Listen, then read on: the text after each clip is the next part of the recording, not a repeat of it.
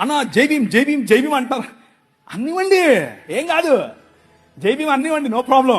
మీరేమన్నా తెలుసా, జై భీమ్ కు పైన కూడా ఉన్నాడు నా రాజు, మై కింగ్ అని చెప్పండి.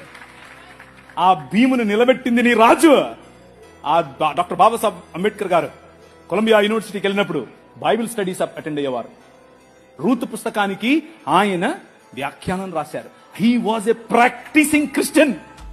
ఆయన ప్రాక్టీసింగ్ క్రిస్టియన్ అండి బాబు.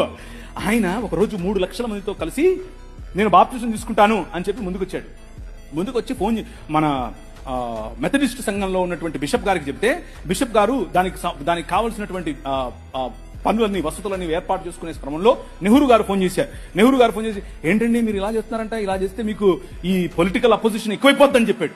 చెప్పైతే మనోళ్ళు మాకొద్దండి, మీరు పొలిటికల్ కన్వర్షన్ అంట మాకొద్దు అని చెప్పి నెహ్రూ గారి ఒత్తిడికి లొంగారు. ఒక పక్క ఇంకొక ఆయనేమో గోసి కట్టుకుని నిరాహార దీక్షకెళ్ళాడు. ఏమని, నువ్వు వెళ్తే ఏ మతానికైనా వెళ్ళు, కానీ క్రైస్తవానికి వెళ్ళొద్దని. ఆయన నువ్వు అత్తే నాకేంటి, నేను యేసు ప్రభువుని అనుసరిస్తా అని చెప్పాడు. ఎవరు?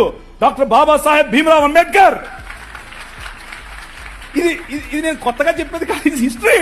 This is history. ఆ జై భీమ్ వాళ్ళకి తెలీదు. చెప్పండి, వెళ్ళి ధైర్యంగా చెప్పండి.